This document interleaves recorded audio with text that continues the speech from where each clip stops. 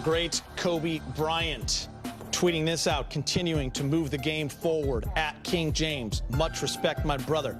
Hashtag 33,644. Let's hear from LeBron. He's with Mike Trudell.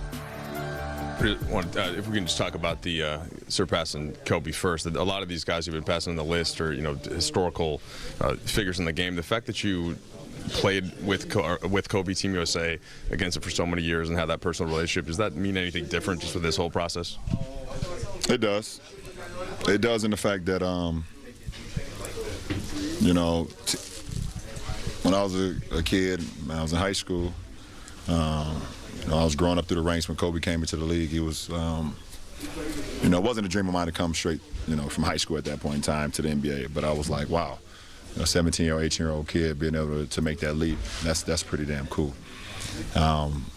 And as I started playing more ball and I went into high school, the things that he was doing on the floor, I, admired and wanted to be a part of.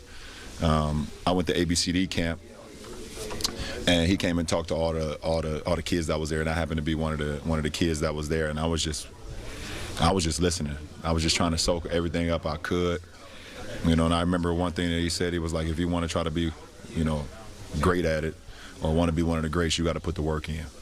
There's no substitution to work. And I was a 15-year-old kid at that camp. You can actually find the footage of him at that camp.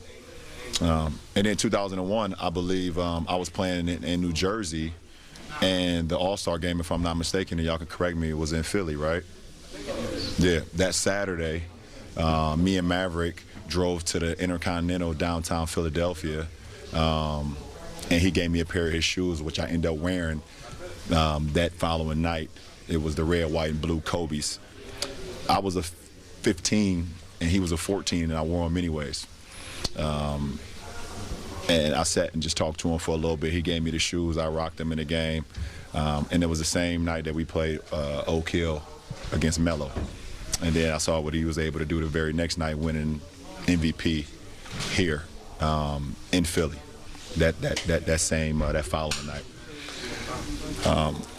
As I got drafted, I still just admired him, seeing what he was able to accomplish, winning championships, having, being early in his career where, he learned from the misses that he had against the series against Utah, and he just used that as motivation and got better and better and better to him winning multiple championships, and continued to admire him throughout my high school rank.